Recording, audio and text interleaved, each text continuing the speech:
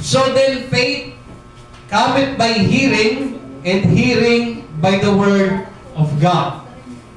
Ang layunin po ng ating pag-aaral sa oras na ito, mga kapatid, ay magkaroon po tayo ng isang tunay na pananampalataya. Sapagkat hindi po lahat ng pananampalataya ay nanggagaling po sa ating Panginoon. Yung iba po galing sa tao, yung iba galing sa kwento, galing sa mga nakita o imahinasyon. Okay? At tayo na din ito, mga kapatid, na maibalik tayo doon po, mga kapatid, sa tinatawag na linya ng tinatawag na pananampalataya. Ngayon po, mga kapatid, ang paksa na ating pag-aaralan sa oras na ito is faith. Okay? Pananampalataya.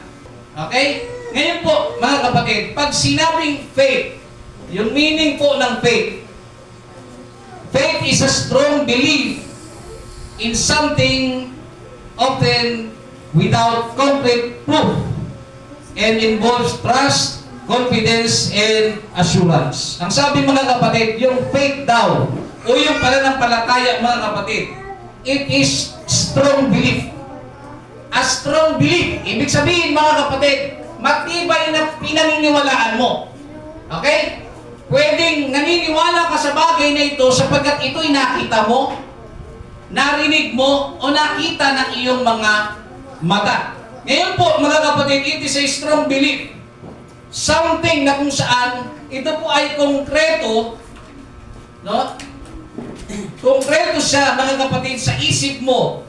Meron kang pruweba kahit na wala ka pong ebidensya. Nakuha ninyo, mga kapatid? Okay? Matagal na itong inihalimbawa sa atin. Meron tayong patunay at meron po tayong paniniwala at ito po ay konkretong paniniwala na may pruweba na ang hangin po ay nag-e-exist. Tama? Nag-e-exist po ang hangin. Although na yan po ay hindi natin nakikita, pero we have strong belief na may hangin. Tama? Naniniwala po tayong may hangin. At konkreto ang ating paniniwala, meron tayong pinagbabatayan.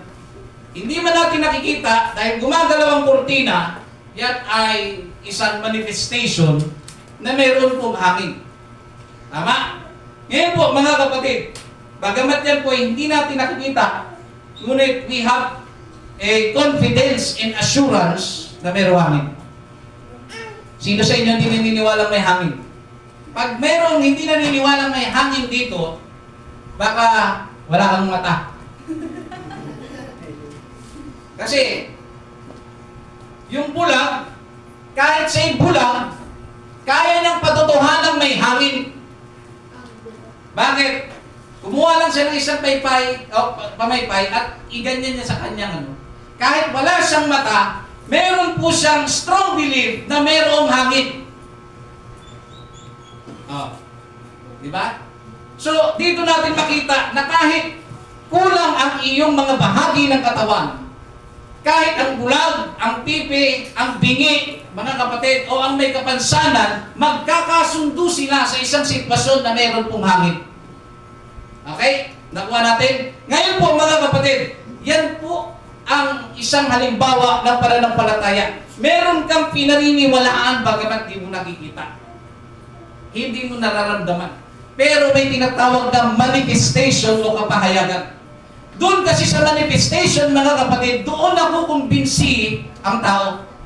Nakuha niyo? Walang kuryente. Pero, paano ka nakumbinsing may kuryente? Dahil umikot ang LC. Kasi kung pinipilit mong walang kuryente, bibigyan kita ng pagkakataong hawakan ang wire ngayon. Para mapatunayan mo kung talagang walang kuryente. Okay?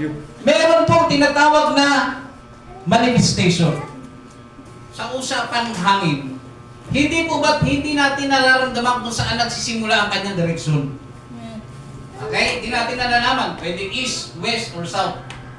Okay? Gayon pa man, mga kapatid, naniniwala tayo na mayroon pong hangin. Amen po ba? Amen. Naniniwala po tayo. Yun nga lang, hindi natin alam kung saan ang eksaktong pinanggagalingan. Pero may manifestation. Gayon din po, mga kapatid. Pagdating po sa pananampalataya, ang hangin hindi natin malaman kung saan nagsisimula ang pag-ihip. Pero pagdating po sa pananampalataya, mga kapatid, meron pong pinagmumulag. Meron po tayong tinitignan, meron po tayong tawag dito, sinusundan.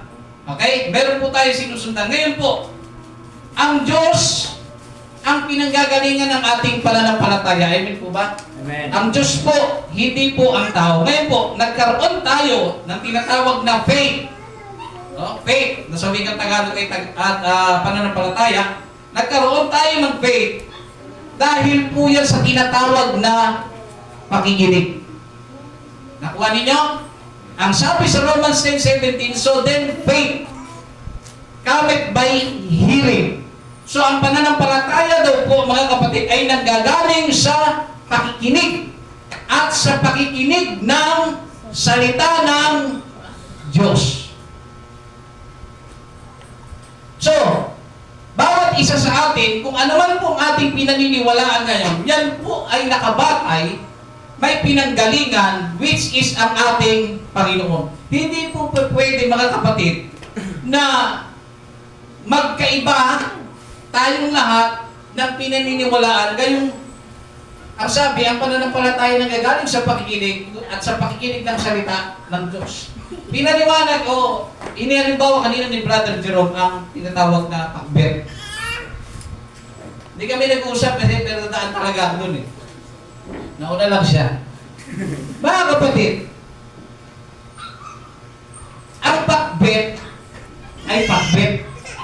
Hindi ba pwedeng maging giniling ang pakbet? Hindi pwedeng maging lutong munggo ang pakbet. At kapag ikaw po ay nagluto ng pakbet, nakapagluto ka niyan sapagkat meron kang pinagbatayan. Merong nagturo sa iyo niyan. Okay? Meron kang nakita. At yan ay in-apply mo. Gumawa ka. Hindi mo pwedeng sabihin pakbet ang luto kung ang pakbet, mga kapatid, ay may mga iba't ibang klaseng gulay.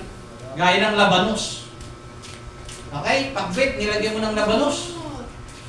Mustasa, sibuyas, meron na yun.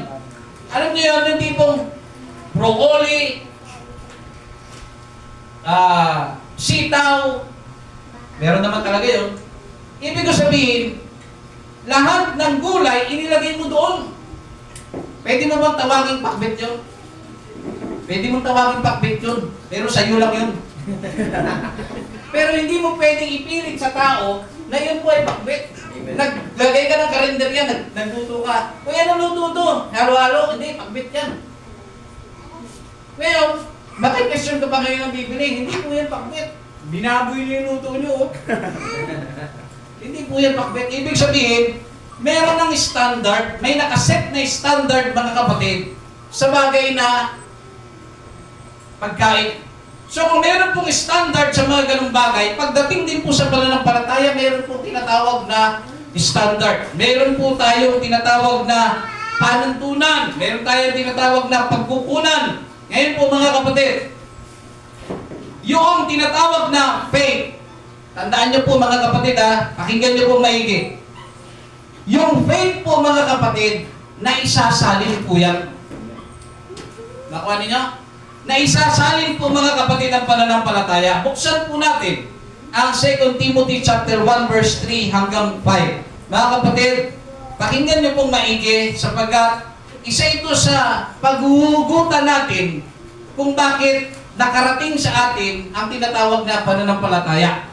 Okay? Ang sabi po sa 2 Timothy chapter 1 verse 3 hanggang 5, nagpapasalamat ako sa Diyos.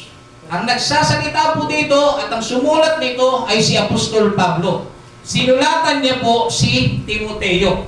Kaya po yan 2 Timothy sapagkat ikalawang sulat na yan kay Timoteo. Okay? 2 Timothy chapter 1 verse 3 hanggang 5. Ang sabi na kay Timoteo, nagpapasalamat ako sa Diyos na mula sa aking kanununuan ay aking pinaglingkuran sa budhing malinis na walang patid na inaalaala kita sa aking mga daing gabi't araw. So pinapanalangin niya po mga kapatid, si Timoteo, gabi at araw. Number 4, na kinasasabikan kong makita ka na inaalaala ang iyong mga pagluha upang ako'y mapuspos ng kagalakan. Ang sabi niya po sa 4, pagmasdan niyo po, nasasabik si Apostol Pablo na makita, mga kapatid, si Timoteo. Okay? At sa sobrang pananabik niya, ang inaalala niya o ang inaalala niya, binabalik tanaw niya, ay ang mga pagluha ni Timoteo. Imagine niyo mga kapatid, anong klaseng pagluha ito? Ito po mga kapatid, hindi man buong nakasulat sa record ng Biblia, pero ang isang tiyak mga kapatid, iyak ito mga kapatid, na kung saan ay dahil sa paglilingkod sa Panginoon. Hindi dahil gusto niya lang sumuko, kundi nakita niya mga kapatid, maaaring nakita ni Apostol Pablo ang lahat ng sakripisyo ni Timoteo para lamang po maipangaral, maitaguyod ang pangangaral ng salita ng ating Panginoon. So namimiss niya si Timoteo. Inaalala niya, gabi't araw na nanalangin siya. Gusto niyang makita si Timoteo mga kapatid. At ang sabi din mga kapatid, lumuluha si Timoteo. Number 5, na inaalaala ko ang pananampalatayang hindi pakunwari na nasa iyo. Pakinggan niyo po, pananampalatayang hindi pakunwari na nasa iyo. Na namamalagi o namalagi muna kay Loida na iyong lelang at kay Eunice na iyong ina. At ako'y naniniwalang lubos na nasa iyo rin naman. Mga kapatid, kailangan ko po ng 3 tao. Isang lola, isang nanay, at isang anak. Para po ma-deliver po natin at ma-visualize po natin ito, mga kapatid. Sino po ang pwedeng tumayong lola? Volunteer.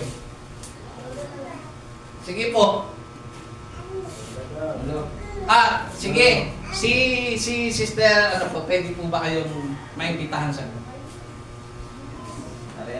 Tayo po tayo. Wala mama na dyan, Jerome. Okay? Siguro, si sister. Okay, dito po tayo. Tingnan niyo po mga kapatid, i-describe ko po sa inyo mga kapatid. Kailangan ko ng isang anak, Brother Bakmak. Ulo loloy. Okay? Siguro, balik po tayo. Wala nang nanay. Praise the Lord. Pakinggan niyo po mga kapatid Sabi ko sa inyo, ang faith na ating pag-aaralan na hindi po typical na pangkaraniwan lagi natin naririnig. Ngayon po mga kapatid, ang sabi po ng Biblia, sumulat itong si Timoteo. Kasi si Apostol Pablo kay Timoteo, namimiss niya, di ba?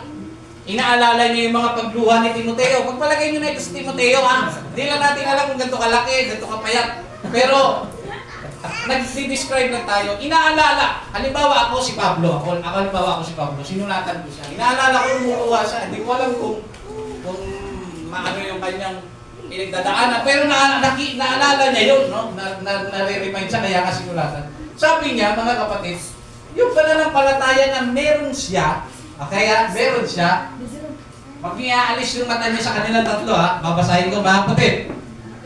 Inaalaala ni Pablo, mga kapatid, ang pananampalatayang hindi pa kunwari. So, ang kanya pananampalataya, hindi pa kunwari, hindi sa mga kapatid yung peke. Totoo ang kanyang pananampalataya ni Timoteo. Ang sabi dyan na nasa iyo, na namamalagi o namalagi muna kay Loida na iyong lelang. Ibig sabihin, yung kanyang pananampalatayang hindi pa kunwari ay nanggaling sa kanyang lola.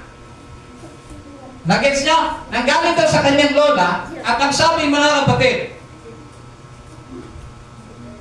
at kay Eunice na iyong ina at ako'y naniniwalang lubos na nasa iyo rin naman. Okay, tingin kayo mga kapatid. Yung kanyang pananampalatayang walang pakunwari nanggaling daw mismo kay lola niya, kay Lola Loida. Sister, Lola Loida muna tayo ngayon ha. Okay, galing sa kanya. At mula kay Lola Loida, itinuro niya sa kanyang anak na si Eunice. At si Eunice, itinuro niya ngayon kay Timoteo. Listen, bakit walang record ng tatay niya? Okay? Biruin niyo ha? Bakit walang record ng tatay niya at nanay niya lang at ang kanyang lola? Okay? Hindi na natin mahanap. At kung gugugulin natin mga kapatid, wala na tayong panahon. Wala pong record sa Bible na sinasabi patungkol po sa kanyang ama. Pero isang tiyak, hindi po sinasama ng Diyos sa kwento ang mga taong hindi involved sa buhay mo. Lalo na pagdating po sa tinatawag na pananampalataya, maaari na ang kanyang ama ni Timoteo ay hindi pa po believer. Kaya, kung ano man pong kanyang tinanggap, ang una pong mananampalataya ay ang kanyang lola na si Loida, Sister Loida, at ang kanyang ina na si Eunice papunta sa kanya. So, salamat po. Salamat po. Ngayon po, mga kapatid, papaliwanag ko pong saglit. Pakinggan niyo po. Pakinggan niyo po. Ito po yung pinapaliwanag ko, mga kapatid, kanina about sa pakbet. Okay? Nagluto si Lola, nagluto si Lola Loida ng pakbet. Itinuro kay Eunice kung paano lutuin. At itinuro kay Timoteo. Mga kapatid, hindi ba pwedeng mag-invento si Timoteo kung paano niya lulutuin ng pakbet? Pakbet, nilagyan niya ng munggo, hindi pakbet yun. So, sa madaling salita, in spiritual matter, mga kapatid, pakinggan niyo po, kung ano po ang natutunan ni Lola Loida. Mga kapatid, kung ano ang natutunan ni Lola Loida, tinuro niya sa kanyang anak. At mula sa kanyang ina na si Eunice, tinuro niya kay Timoteo, na siyang na kay Timoteo. Nakuha ninyo mga kapatid, ganito ka-importante ang pagpasa ng pananampalataya. Kung yung agimat na, pinapasa eh. Sa bibig po eh. Diba? Pero yun mga kapatid, pinapasa. Sa unang-unang panahon pa lang mga kapatid, there is only one God. Holy One. Pero bakit sa ating panahon, lumabas ang Holy Trinity? Bakit? Sapagkat magmula sa kanununuan, pinasa, naniwala ng one God, pinasa, naniwala ng one God, may pumutol po kung bakit nawala ang paniniwala. Hindi naman totally nawala. Nagkaroon ng panibagong paniniwala about sa Holy Trinity. Merong pumutol ng pagpasa ng pananampalataya. Kaya ganito po ka-importante. If we are believers of one God doctrine and we believe in holiness, kailangan mong ituro yan sa iyong anak. Nang sa kanyang paglaki, hindi niya makalimutan na may isa lamang Diyos, isang bautismo sa pangalan ni Jesus. Nakuha natin? Amen. Ngayon po mga kapatid, ganito ka-importante ang pagpasa ng tinatawag na faith. Alam nyo, kahit sa ating panahon, bakit madami ang nagkahiwa-hiwalay? Dadaan pa rin tayo dito eh. Maraming oneness group nagkahiwa-hiwalay. Bakit po? Ano ang nangyari? Bakit nagkaroon ng UPC, nagkaroon ng assembly, nagkaroon mga kapatid ng tawag nito? LJC, tama? LJC, ACJC, diba? Bakit? Lahat naman tayo naniniwala sa isang Diyos, hindi mo ba? At isang bautismo din. Pero bakit nagkaroon tayo ng napakaraming organisasyon? Ang isa sa tinitignan ay ang mga pananaw at ang mga ibang paniniwala. Mayroong mga believers, mga believers na naniniwala na okay na daw na actually meron nga dito nagkakalat eh.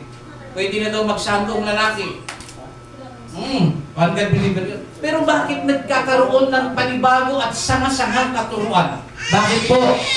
Sapagkat hindi po natin natitrace kung saan po talaga nanggaling ang pinakinggan natin. Dahil ang sabi ng Biblia, pananampalataya nanggagaling sa pakikinig. Sa pakikinig ng salita ng Diyos. Dapat doon tayo sa salita ng Diyos. Hindi sa salita lang mga kapatid, ng tao.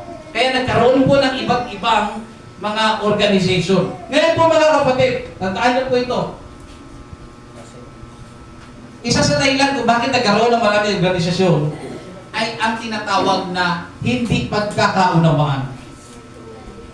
Nakuha ninyo? Hindi pagkakaunawaan ng mga pare-parehas na mga leaders. May lumabas, nagtayo, the same faith pa rin, pero nagkaroon lang ng organization. Nakuha ninyo mga kapatid? Bakit po mga kapatid? Dahil maaaring may mga ibang may interest, maaaring may mga iba na, yun nga, sariling pananaw, pero the same faith pa rin po tayo. Hindi po ba? Hindi po ba? Mga kapatid, the same faith pa rin. Kasi ngayon po mga kapatid, importanteng maipasa ninyo sa inyong mga anak ang pananampalatayang tinanggap ninyo. At isang bagay mga kapatid na dapat nating matutunan, hindi lahat ng iyong nabasa ay naiintindihan mo. Pag hindi mo naintindihan ang isang bagay, maaaring imbis na ang root ay dire-diretso, magkaroon pa ng isa pang sanga. Ano po punto ko mga kapatid? Gaya nito, nagbasa ka. Ang sabi ng Biblia, sabi ni Apostol Pablo kay Timoteo, uminom ka rin naman ng alak. May mababasa tayo niya. Ngayon nung nabasa mo, Pastor, pwede pala uminom ng alak. Sabi rito, uminom ng konting alak. Uminom ng alak. So, legal.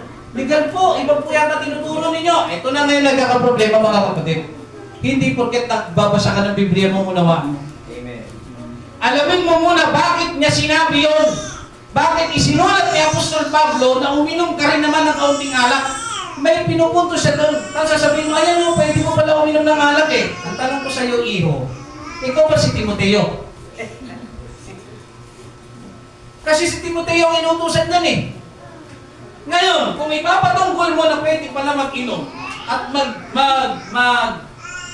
maglasing, ay nagkakamali ka. May rason bakit sinabi yan ni Apostol Pablo. Dahil ang sabi ni Apostol Pablo, alam kasi ni Apostol Pablo, may problema po sa sikmura si Timoteo. Kaya sabi niya, uminom ka ng konting alak para sa iyong sikmura dahil sinisikmura ka. For medical purposes po yun mga kapatid. At tinitiyak kung hindi emperador yun. Hindi po emperador yun mga kapatid. Puro yun. Puro yun. So, yan po yung pinangahawakan ng ibang mga reliyon, mga kapatid. Na pwede daw. Dahil si Apostol Pablo daw mismo ang nagsabi, uminom si Timoteo. Doon pa lang sa pinaka-logic eh. Hindi ka naman si Timoteo. At hindi ka rin nasinulatan. Hindi ka kakilala ni Apostol Pablo eh. Diba? Ngayon, mga kapatid, ganun po kahalaga. Kaya importante po mga kapatid, nagtatanong po tayo. Amen. Amen. Pag may nabasa ka, legit ito, nagyayari ko Pag may nabasa ka, ituturo ko ito. Eh di, wala akong kamalay-malay, tinuro, mga kapatid, sinasabi dito, uminom daw ng alak, so walang masama, magugulat na lang ako sa baba. Diba? Pambira, ano na naman itong doktrina na ito? Magkakagulo tayo mga kapatid. Kaya dapat nagtatanong po tayo. Hindi po pwede mga kapatid na pag may nabasa ka, akala mo yun na yun. Ikukulong mo na ron. Mga kapatid, ikukulong mo na rin yung, ito na. Hindi mo, kaya nga kailangan, dapat mong itindihin yung tinatawag na consideration. Kailangan mong i-consider ang mga bagay-bagay. Bakit isinulat yon? Para kanino isinulat yon? Kanino ba itinuturo yon? Ganun po ang pagbasa ng Biblia. Okay? So, naunawaan po ba natin? Ngayon po, dapat nating maintindihan na hindi tayo nagkaroon ng faith o pananampalataya dahil ito ay ating pinaghirapan. Amen. Mga kapatid, pakinggan niyo po, Hindi kayo nagkaroon ng pananampalataya dahil pinaghirapan mo. Na ito parang binunggal mo sa iyong bakuran. Ayan, faith, akin na. Hindi ganun mga kapatid. Nagkaroon ka ng pananampalataya hindi dahil pinaghirapan mo yan. Amen. Wala tayong pinaghirapan dyan. Sumunod mga kapatid, hindi tayo nagkaroon ng faith o pananampalataya dahil matalino tayo. Kaya ako nagkaroon ng faith kasi matalino ako. Hindi po yun mga kapatid. At ang sabi rito, hindi dahil ito'y trinabaho natin. Alam niyo mga kapatid, sabi nga work out your own salvation. Hindi sinabi na work out your own faith. Ang mino-work out po ay salvation. Okay? Ang faith po ay ini-exercise. No? Dapat po yun ini-exercise. Ngayon po mga kapatid, nagkaroon tayo ng faith o pananampalataya dahil maluwag natin itong tinanggap, pinakinggan. Nakuha ninyo? Ulitin ko po. Baka hindi niyo po nakuha. Nagkaroon tayo ng faith dahil tinanggap natin. Isang patunay po. Ang sabi sa 1 Corinthians chapter 15 verse 1 hanggang 3. Ang sabi ni Apostol Pablo sa mga mananampalataya sa Corinto, ngayon ay ipinatatalastas ko sa inyo, mga kapatid, ang ebanghelyo na sa inyo ay aking ipinangaral na inyo namang tinanggap. Nakuha ninyo? Na siya naman ninyong pinananatilihan. Okay, tayo ka Brother Emat para magising tayo. Tayo ka dyan. Halimbawa ito po aral ko ng Diyos. Kaputo kapo. Pero kung halimbawa lang, ito'y aral ng Diyos. Ako si Apostol Pablo, halimbawa. Sabi niya, ipinangaral ko sa inyo ang ebanghelyo. No? Na inyong tinanggap. Kasi yung tinanggap nyo, tinanggap lang din ni Apostol Pablo yun. Actually, si Apostol Pablo, mga kapatid, ay produkto ng bautismo ni Ananias. Amen. At nung siya po ay ibaptize, ang sabi po ng Biblia, nagtagal pa siya ng ilang araw doon sa lugar na yun kung saan siya nabaptize. So, ibig sabihin, mga kapatid, nung nabaptize po si Apostol Pablo, halimbawa ako, nabaptize. Ako yung halimbawa nagsasalaraba kay Apostol Pablo, halimbawa. Nabaptize ako ni Ananias. Ang sabi, nagtagal pa ako doon. Halimbawa, yung lugar na yun ay pista. Nagtagal pa ako doon ng ilang araw. At pagkatapos kong magtagal, ang sabi, nangaral si Apostol Pablo saan? Sa mga sinagoga. Kaya nga nagulat po ang mga tao na yung manguusig, bakit nangangaral? Natatakot nga sila eh. Di ba? Ngayon, yung tinanggap niya na yun, walang record sa Bible. Pakinggan nyo ha, walang record sa Bible, pero mayroong tsansa. Na nung nabaptize sa ni Ananias, sabi kasi nagtagal siya dun eh. Nang ilang araw. Ibig sabihin, maaaring may mga kwentuhang naganap. Mga naipong pakinig patungkol sa mga salita ng ating Panginoon. Kaya nga paglabas niya mga kapatid sa lugar na yun, sa sinagoga, nangaral siya, nagulat ang mga tao. So ngayon, ipinangaral niya ngayon. Ako, halimbawa si Apostol Pablo, ipinangaral ko ngayon sa mga taga-Corinto. Okay, pakinggan niyo po ha. Diyan ka lang, Brother Emat. Sabi, ngayon ipinatatalastas ko sa inyo. Sa inyo. Halimbawa kayo ng lahat, i-representa ko lang si Brother Emat. Pinatatalastas ko sa inyo. Mga kapatid, ang ebanghelyo o yung salita ng Diyos, no? Na aking ipinangaral na inyo namang, Brother Emat, tinanggap. Okay? Tinanggap. Ang sabi, na siya naman ninyong pinananatilihan. Pakinggan nyo. Tinanggap ng mga taga-Corinto, yung tinanggap din ni Apostol Pablo, aral po yun, Ebanghelyo ni Cristo. Tinanggap mo ngayon, nagre-representa ka ng Corinto. Halimbawa lahat kayo, ito kayo, bumubuo sa kanya. Nasabi dyan na inyong pinananatilihan. Mga kapatid, pag may dumating po na ibang mga doktrina o pagtuturo, dumating na ibang mga tao, at pilit na inaagaw ang inyong natutunan, huwag niyong bibigayan. Isa lang ang Diyos eh. Isa lang ang bautismo eh. Isa lang Holy One, hindi Holy Trinity. So ngayon, pag mong bibitawan yung tinanggap mo, nakuha ninyo? At yung tinanggap mo, ituturo mo ngayon sa mga anak mo. Nakuha ninyo? Sige, Brother Raymond, salamat. Ituturo mo ngayon sa inyong mga anak. So, ang pananampalataya po ba ay tinatrabaho? Amen. Nakinig po ba kayo? Amen. Ang pananampalataya po ba ay tinatrabaho? Mga kapatid, ang pananampalataya, mga kapatid, tinanggap lang natin. Amen. Amen. Yung kay Apostol Pablo, kay Apostol Pedro, lahat ng mga apostol, tinanggap lang din natin, tinanggap lang din nila yun, hindi nila yun nahukay sa ilog Jordan. Amen. Na ito pananampalataya ngayon, ipapangaral ko, hindi. Narinig nila kay Kristo, ipinasa sa kanila, ipinasa nila sa mga mananampalataya, pasa ng pasa ng pasa. Wala tayong tinanambaho. Amen. Nakinig ka lang. Minsan pakikinig na nga lang ang ambag mo, tulog ka pa. Nakuha ninyo mga kapatid. Alam niyo yun? Pakikinig ka na lang, tulog ka pa. Mga kapatid, ano po ang punto mga kapatid? Kaya nga sabi, ang pananampalataya ay nanggagaling sa pakikinig. Kaya pag wala kang napapakinggan na salita ng Diyos mga kapatid, kaya nga nung ipinangangaral ni Brother Louie, saan ka magkakaroon ng kapayapaan? Yung iba, dinadaan sa pag-iinom. Di ba? Yung iba, dinadaan sa kung saan-saan mga kalayawan. Kasi feeling nila doon sila payapa. Pero uuwi pa rin silang Mr. Lonely. Amen. Uuwi pa rin. Nasaktan ka, niloko ka, nag-inom ka, nag-Star City ka, nag-Enchanted Kingdom ka. Pag uwi mo, malungkot ka pa rin, sasampalin ka pa rin ang katotohanan, iniwang ka.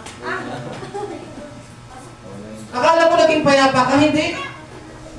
Ang problema sa ating mga tao dahil sa kakulangan ng pananampalataya sa pakikinig ng salita ng Panginoon, hinahanap natin ang kapayapaan doon sa mga lugar na kung saan ay hindi naman talaga magbibigay ng kapayapaan sa atin. Naunawaan natin? Amen.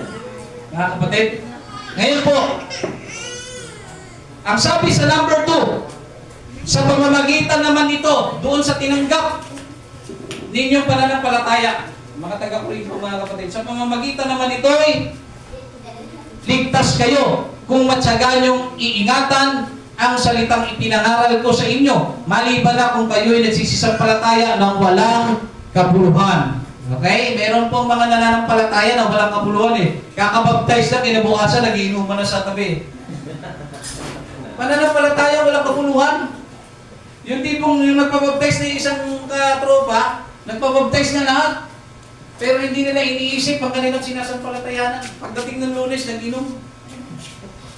So wala pong kabuluhan. Number 3, sapagkat ibinigay ko sa inyo una sa lahat, ang akin namang tinanggap na si Kristo ay namatay dahil sa ating mga kasalanan ayon sa mga kasulatan. Maliwanag po na kung anuman po ang pinaniniwalaan ninyo ngayon, ay dahil po meron kayong napakinggan at yung napakinggan nyo na yun, galing yun sa isang taong naniwala din kay Kristo. Amen. That's right. Lahat po tayo ng mga nabautismuhan, galing po o produkto tayo ng isang kapatid na kung saan nagbahagi sa atin, nagpagamit sa Panginoon. Isinalin lang yung pananampalataya na yun at naniwala tayo, gaya ko, nabautismuhan ako sa pangalan ni Jesus at nangaral din ako mga kapatid. Meron din tayong mga nabaptize.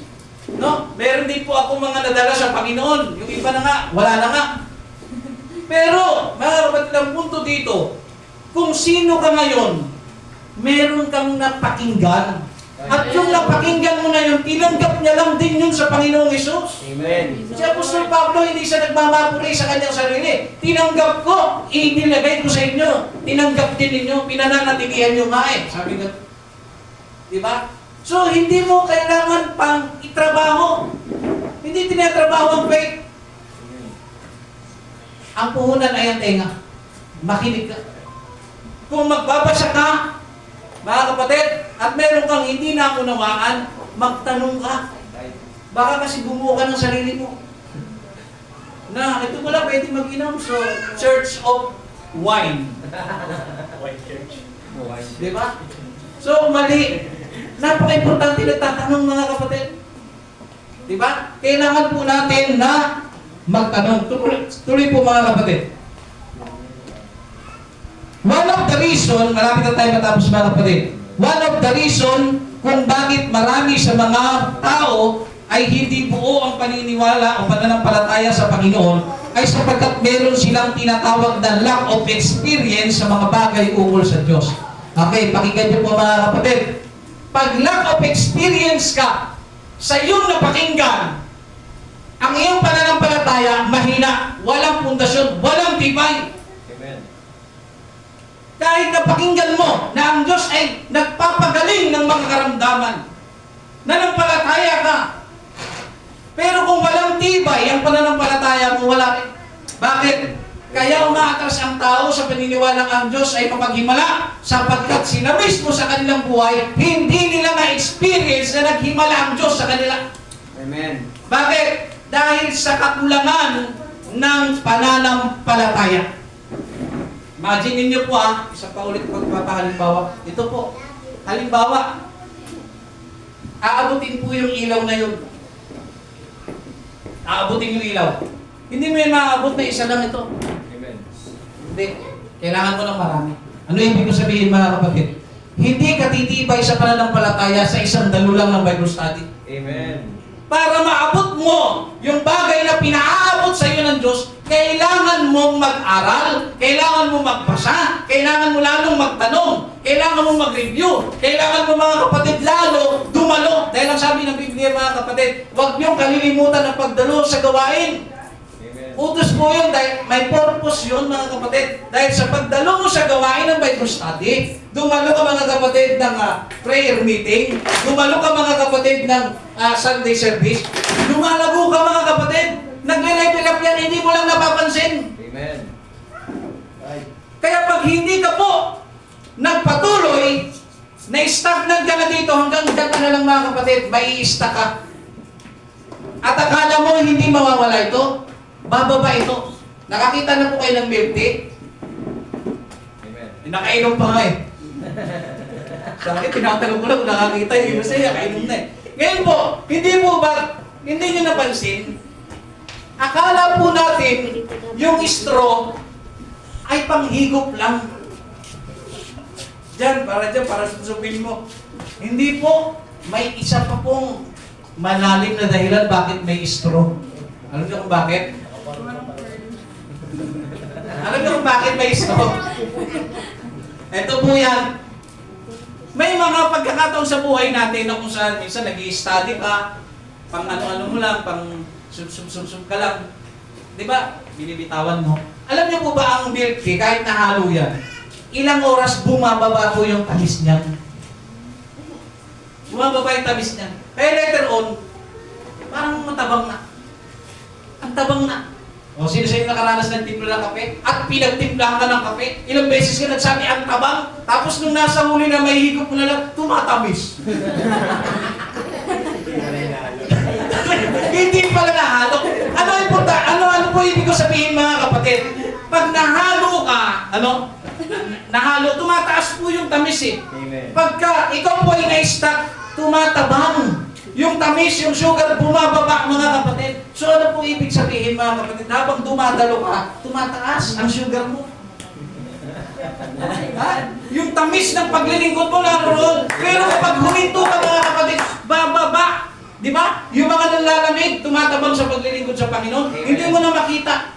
At akala mo na-stack ka dyan, unti-unting kukunin na sa tamis lahat ng natutunan mo. Ang sabi ng Biblia, di ba, may 4 na uri lang tumatanggap ng salita ng Diyos. Meron sa wayside, meron sa batuhan, meron sa dawagan, meron sa good ground. Kukunin pa rin yan ng jablo, tapos ilalagay yan mga kapatid. Mga kapatid, kukunin yan hanggang sa mawala sa'yo. So ano pong mangyayari mga kapatid? Isa ka na sa magpapatunay na walang Diyos. Atheist ka na. Di ba? Pero hindi ko maintindihan sa mga atheist eh. Pinaglalaban nila walang Diyos, wala naman sila kinikita. Di ba? Wala sila napapala. Ayun din ang nila sa akin eh. Pinaglalaban yung may Diyos, wala naman kayo napapala. Di ba? Sa ngayon, siguro sabihin mo. Pero pagdating ng panahon at magkukrus ang landas natin sa paghatol, kawawa ka naman. Amen. Di ba? Ngayon po, sa pagpapatuloy mga kapatid, panatilihin natin. Kaya nga po napaka-importanting dumadalo tayo kasi may mga naririnig tayo na hindi natin naririnig sa basurahan. No? Hindi natin naririnig, mga kapatid, sa kung saan. Di ba? Hindi mo maririnig habang kaharap mo labaan. Di ba? Mga kapatid, ini-encourage ko kayo, wag na wag niyong gagawin maglaba ng linggo. Amen. Gumano kayo. Right. Kasi sa pagdalo ninyo, matututunan ninyo yung mga bagay na hindi natututunan. May matututunan kayo kung bakit nagagalit ang tao, bakit kailangan mag-asawa ng tao, bakit may tao hindi nag-aasawa. Yun po ay matututunan ninyo sa simbahan, hindi nyo matututunan niya sa Star City. Hindi nyo matututunan kahit saan niya. Kaya dapat po tayong dumalo. Huwag tayo magmadali. Habang dumadalo tayo, mga kapatid, para yung upuan na inihalimbawa ko, unti-unting tumataas ang iyong pananampalataya. Amen. Praise the Lord. Okay? So, kailangan po yan natin maintindihan. So, kapag lack of experience ka, may hirapan ka talaga. Di ba? Pag lack of experience ka. Kaya yung experience natin sa Diyos, yun yung nagpapatatag kung bakit tayo nananatili sa Panginoon. Pero minsan magtataka ka, ano ba itong klaseng tao na to? Halos wala na makain, lingkod pa rin ng lingkod sa Panginoon. Wala mo napapala. Wala naman akong nakikita pagbabago sa kanya pagdating sa pamumuhay. Mahirap pa rin siya. Pero mga kapatid, pag alam mo kasi yung aral ng Diyos, hindi kasi basihan ng kayamanan eh. Amen. Sabi ng Biblia, mag-ingat kayo sa tinatawag na pagiging ganid sapagkat ang buhay ng tao ay hindi nasusukat sa kanyang kayamanan. Amen. Hindi porket pag pinagpapala ka, ikaw lang ang love ni Jesus. May mga ganun eh. Mas mahal ako ng Panginoon, no? Hindi ako naglilingkod, pero ang dami kong kayamanan. Kaya may Lamborghini pa ako. Di ba? Eh, ikaw, 10 taon ka nang naglilingkod sa Panginoon. Wala man lang ako nakita sa iyo kahit na bike. Di ba? Hindi ganun yan mga kapatid. Alam nyo, kahit na mahirap po ang buhay, magpatuloy po tayo. No? Magpatuloy po tayo. Tuloy po tayo mga kapatid. Remember, mga kapatid, ang experience mo sa Diyos ang magpapatibay ng iyong pananampalataya. Mga kapatid, yung experience natin sa Panginoon na magpapatibay ng ating pananampalataya. Mga kapatid, medyo lilihis ako ng kaunti. Pero ito po may kukulong po tayo ng aral. Pagdating po sa tinatawag na giving, alam niyo ba yung giving? Pagbibigay. Alam niyo po ba na hindi mo pwedeng patunayan na nagmamahal ka without giving? Totoo po yan mga kapatid. Hindi mo pa pwedeng sabihin nagmamahal ka sa isang bagay nang hindi ka nagbibigay. Amen. John chapter 3 verse 16. Ang sabi ng Biblia, for God so loved the world. Tandaan niyo po, ginamit niya po ang word na so. Ibig sabihin, sa matinding pag-ibig ng Diyos, sa napakatinding pag-ibig ng Diyos, ibinigay niya ang kanyang buktong na anak. So meron pong pagbibigay at merong sacrificial. Amen. Kung ikaw ay nagmamahal, nagbibigay at nagsasacrifice ka. Meron nga tayong kapatid, mga kapatid, na niligaw siya, taga-bista siya, taga-tansa nililigaw niya, binabike niya yung gabi. Ang layo. Pero hindi naging sila. Hindi rin sila naging mag-asawa. Pero nakita nyo, yung pagbibigay niya ng time, effort, at sacrifices, pero hindi naging sila. Pero, mga kapatid, doon mo makita, kapag ikaw po ay nagmahal, meron talagang effort, meron pong sacrifice, at meron pong giving. Nakuha niyo mga kapatid? So, kailangan po mga kapatid, naroon po tayo, at ito po paalala ko sa inyo mga kapatid, mahal niyo po ba ang Panginoon? Amen. Okay? Ganito po, ang aking natutunan sa ating pastor, nung ako po ay natutunan po tayo sa Vision Sunday, pakinggan niyo po mga kapatid. If you love God, mamahalin mo ang gawain ng Diyos. Amen. Mamahalin mo ang church. Okay? Ulitin ko po ulit. Kung mahal mo ang Diyos, mamahalin mo ang church. At kung mahal mo ang church, you will support your church. Amen. Kaya imposible mga kapatid, na lagi tayong nagpapahayag na mahal natin ang Panginoon kung ang kanyang templo ay ating pinababayaan. Naalala niyo yung aral? Ang gaganda ng mga bahay ninyo. Pero ang templo ko pinababayaan ninyo. Amen. Nakuha ninyo mga kapatid? Nagre-reflect kasi sa atin. Walang sino man pwedeng magsabi mga kapatid na mahal mo ang Panginoon tapos wala kang pakialam sa church at hindi mo sinusuportahan ang church mo. Nakuha ninyo mga kapatid, kaya nga napaka-importante ng tinatawag po na giving. Ito nga po yung sinabi ni Brother Eman kanina. Lahat naman po yan ang nakita ninyo dahil po yan sa giving. May nag-sacrifice. At yung kaligtasan na tinanggap natin, may nagbigay si Kristo. Amen. Naligtas tayo dahil may nag-sacrifice si Kristo pa rin nun mga kapatid. Eh tayo ba naman mga kapatid, may pagdadamutan pa natin ng Diyos? Eh kung ito naman po ibabalik din sa atin. Amen. Lahat ng ginagawa natin para sa Panginoon, babalik sa atin. Right. Kaya nga sabi ko mga kapatid, nung ako po ay nakabuo ng isang salita, kakaisip patungkol sa mga bagay na ganito. Na the reason why you don't have a testimony of blessing because you don't have a testimony of giving. Napakahirap po mga kapatid na mag-testify na ang Diyos ay mapagbigay kung ikaw mismo walang nagte-testify sa iyo na ikaw ay giver. Nakukuha ninyo mga kapatid? Napaka-importante nun. Kung gusto natin makareceive ng mga bagay sa Panginoon, dapat una tayong mag-testify at makita ng Diyos sa atin na we are giver. Amen. Praise the Lord. Mga kapatid, napaka-importante po niyan. Kaya, ang church ay sumasalamin sa kung ano po ang tao na nasa loob. Natuloy po tayo mga kapatid. So, dapat natin maintindihan na ang ating experiences sa Panginoon ang magpapatibay sa atin. Ay nakaka-experience. Kaya nga yung tao mapanalanginin, di ba? Pag-gising, lagi na nanalangin kasi nga may experience siya na tumutugon ng Diyos eh. Bakit ang tao hindi mapanalangin? Kasi wala sa experience. Na sinagot siya ng Diyos. Pero yung taong lagi nagpe-pray, ibig sabihin may experience po siya. Ngayon po, tuloy po tayo mga kapatid. Napit na po tayo matapos. 1 Peter chapter 1 verse 7. Sa 1 Peter chapter 1 verse 7, upang ang pagsubok sa inyong pananampalataya na lalong mahalaga kaysa ginto na nasisira, bagamat ito'y sinusubok sa pamamagitan ng apoy, ay masumpungan sa ikapupuri at ikaluluwalhati at ikararangal sa pagpapakahayag ni Kristo. Pakinggan po ninyo mga kapatid. Ang sabi po ni Apostol Pedro sa kanyang sulat, ang inyong pagsubok o yung pagsubok po natin mga kapatid o ang pananampalataya po sa atin ay mahalaga daw. Okay? Pakinggan po ninyo. Ang pagsubok sa inyong pananampalataya ay lalong mahalaga kaysa ginto. Nakita ninyo? Nakakita na po tayo ng ginto, di po ba? Ang sabi ng Biblia, sa mata ng Panginoon, ang mahalaga po sa atin, tayo hindi po ginto. So yung pananampalataya mo, mga kapatid, yung pananampalataya mo na yan, ay mas mahalaga kaysa po sa ginto na nasisira. Okay? Bagamat ito'y sinusubok sa pamamagitan ng apoy.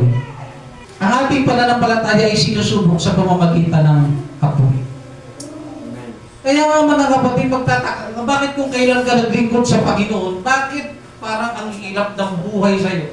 Ang hirap ng blessing sa'yo? Para bagang naghirap ka palalo. Alam niyo kung bakit mga kapatid? Dahil tayo po ay sinusubok. Right. Amen. Kailangan po subukin ang ating pananampalataya. At yan po mga kapatid ay pinadadaan sa apoy. Pakinggan po ninyo mga kapatid. Yung pananampalataya, nagagaling sa pakikinig. Pakikinig ng salita ng Diyos. Isipin nyo ito po ay salita ng Panginoon na tinanggap ni Brother Eman. Kasama sa kanyang natutunan, mga kapatid, no? Lahat-lahat na yun, ano? Magpatawad, mahalin ang magulang, no? Maging mabuting lingkod ni Kristo, dumalo sa mga gawain, lahat yun, narinig niya na. Nasa iyo na yun, Brother Eman. Pero dahil yan po ay kanyang narinig na, alam niyo po, pakinggan po ninyo, susubukin ng Diyos ang napakinggan niya. Hindi porket natutunan mo na, Malakas ka na sa pananampalataya. Pakinggan po ninyo, ulitin ko po ulit. Hindi porket narinig mo na, malakas ka na sa pananampalataya. Hindi po yun mga kapatid. Dahil pag once na na-receive mo ng isang bagay, ang iyong sarili ay iyong hinda sapagkat may araw na ang Diyos ay susubukin ka kung talagang matibay ka sa iyong tinanggap. Amen. Na-receive mo ang aral na ang ating Panginoong Isus ay nagpapagaling ng karamdaman. Nung ikaw ay nagkaroon na ng karamdaman, paano mo ngayon titindigan ang iyong napakinggan? Nakuha ninyo? Susubukin ka ngayon ng Panginoon. Kung hahawakan mo yan, brother, hawakan maigi ha. Yung hindi masisira, hindi sa ating tubig. Okay? Tinanggap niya na, halimbawa, narinig niya ang aral na ang Diyos ay nagpapagaling. Pilit at pilit po kunin ng dyablo ang iyong narinig. So kapag yan ay pinilit niyang hilain mga kapatid sa iyo at yan ay mawala sa iyo mga kapatid, bumitaw ka na. Ang pananampalataya niya ay hindi nasubo. Nakuha ninyo? Pababawi natin. Isang young people, simba ng simba, napakatapat. Yung pala may nagugustuhan lang sa loob ng simbahan, kaya lang siya nagsisimba. Nangyayari po yan. Tinanggap niya lahat ng aral, mahalin ko no ang Panginoon, unahin ang Diyos, nakita sa kanyang buhay yan. Dumating ang panahon na hindi pala siya gusto ng babae. Paano mo ngayon dedepensahan ang napakinggan mo, naiingatan mong aral? Gayong nung nasaktan ka, binitawan mo, pumunta ka sa Trinity. Nakuha ninyo mga kapatid? Salamat, brother. Kaya nga mga kapatid, kung ano po ang tinatanggap ninyo, ang sabi nga ni Apostol Pablo, panatilihan nyo. Pinanatilihan ng mga taga-Corinto. Ibig sabihin, tindigan mo. Pagka naniwala kang iisa ang Diyos, tindigan mo, huwag kang papayag na 2 o 3. Amen. Pag ikaw po ay napakinggan mo mga kapatid na ang Diyos po ay tapat sa kanyang mga pangako, tindigan mo yun. Right. Hindi mo ba pwedeng alisan yan mga kapatid? Praise the Lord. Amen. O sige, para pakawalan na natin ang lahat mga kapatid. Lahat tayo may financial struggles, di po ba? Right. Naalala niyo yung sinabi ni Pastor Rod? Amen. Napakaganda ng sinabi niya. Isang rason kung bakit nagkakaganito tayo, dahil yung struggles natin, ano ko na lang, no, dagdagan ko na lang paraphrase ko. Mga struggles po natin, ang nagiging dahilan, ang nagtuturo sa atin para maging madabot. Amen. Amen. Listen, narinig natin kung anong iyong itinanim, aanihin mo. Right. At ang ating pananampalataya patungkol sa ikapo, mga kapatid, narinig din natin yan. Narinig natin yan, tama? Sa ating mga kapastoran. And they can testify kung gaano katotoo ang ikapo. Pero, tatandaan natin, ang ikapo ay hindi po itinuro sa atin na mga hintil na tayo po ay inuutusan. Kasi ang ikapo po, originally, galing po yan sa Israel inutos. Pero bago po sinunod ng Israel yan, may mga unang mananampalataya ang Panginoon na nagbibigay po ng ikapo sa Diyos na hindi pa inuutos yun. At kung titignan natin, susumahin natin, ang mga nagbigay ng ikapo mga kapatid, pinagpala yan ng Diyos. Amen. Hindi yan iniwan ng Panginoon. Kaya nung dumating yung panahon, pagkalipas ng mahabang mga taon, inimplement po mga kapatid sa Israel ang pagbibigay ng ikapo. Pero may nauna na. Right. Pero tayo naman mga kapatid bilang mga hintil, hindi tayo tutusan, hindi po ba? Pero ang ating mga kapastoran, ang ating mga nauna sa atin, they can testify kung paano po, gaano po katapat ang Panginoon. Amen. Praise the Lord. May mas malalim na dahilan po, may mas malalim po na meaning ang tinatawag na ikapo. Yan po ay pagbabalik mo sa Diyos. Pagkilala mo sa Panginoon, hindi po yan binibigay. Amen.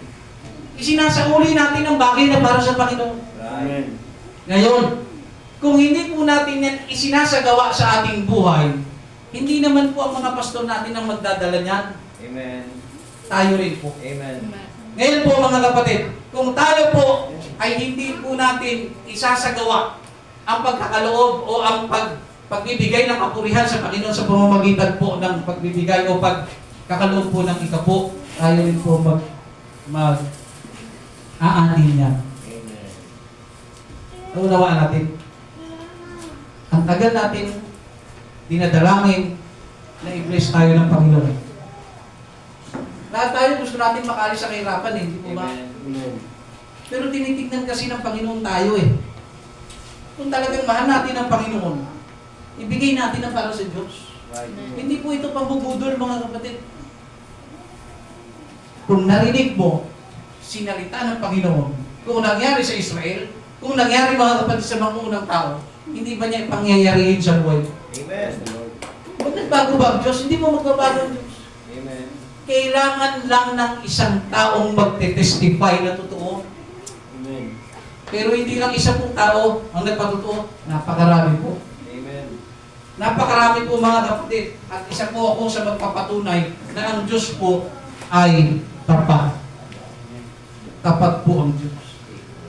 Kaya mga kapatid, kung ikaw po ay magbibigay ng iyong ikapo o maghahandog ka ng iyong ikapo, isang beses mo lang gagawin, 2 beses mo lang gagawin, ang pananampalataya mo ay hindi ganap sa harapan ng Panginoon. Kasi pag yan po ay ginawa mo, dapat it should be a part of your life. Praise the Lord. Kasi yan ang pinagdadamot natin sa Diyos.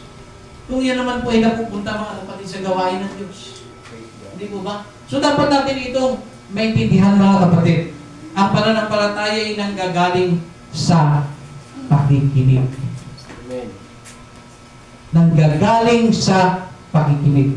Kaya kung makikinig lang tayo at hindi po natin i-exercise ang ating napakinggan, hindi po natin isasagawa ang ating napakinggan, walang silbi ang ating pinakinggan. Kaya nga po bago tayo magtapos, naalala nyo, nung kayo po nag-aaral pa, may tinatawag na test paper. Amen. Lahat ng diniscuss ng teacher ninyo, ibibigay sa inyo yung test. Kung, alam nyo, ang purpose kasi noon, para malaman kung ano mga natutunan at naiintindihan mo. Amen. Nakuha ninyo? Praise the Lord. Yun po yun. Kaya kung ano po ang ating napakinggan mga kapatid, pakinggan nyo po, iti-test tayo ng Diyos. Amen. Pag narinig ninyo ang aral patungkol sa pagbibigay, iti-test kayo ng Diyos. At pag naipasa ninyo yan mga kapatid, God will bless your life. Amen. Lord. Right. Pag ang Panginoon ay nagturo sa atin sa pamamagitan ng ating mga pastor, mga kapatid, na patungkol po mga kapatid sa pagmamahal sa kapwa, pag naipasa po natin yan mga kapatid, i-bless tayo ng Diyos. Lahat po ng ating napapakinggan, tinitest ng Diyos. Amen. Kaya sa oras po ito mga kapatid, sa ating pag-worship sa Panginoon, kahit marinig po natin ang aral patungkol sa worship na dapat tayo magtaas ng kamay, ipigit ang ating mata, at magpasalamat sa Panginoon, kung hindi po natin yan i-perform, baliwala ang ating napakinggan. Amen. Right. Kaya mga kapatid, sa oras pong ito,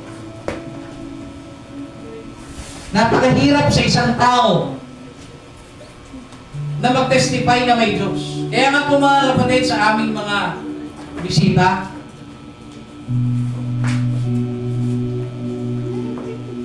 bihira po sa mga bisita ang makakita ka na nagpupuri sa Diyos. Praise the Lord. Bihira po yun.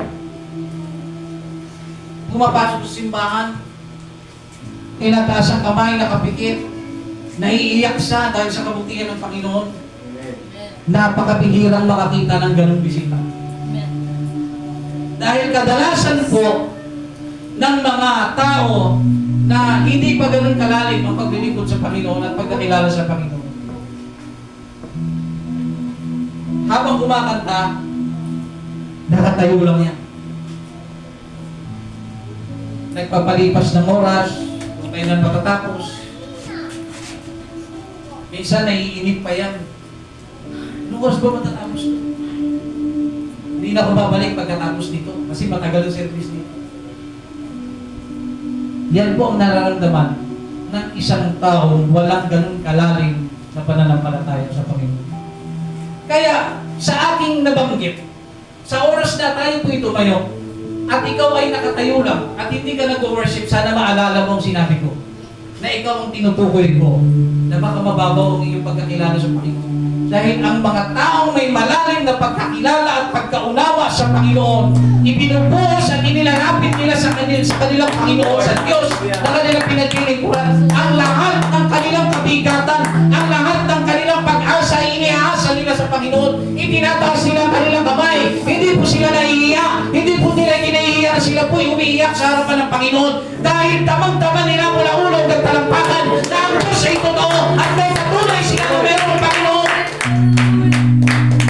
Kaya mga tao, mga kapatid, na hindi makapikit, hindi makataas ang kamay, walang experience sila sa Panginoon.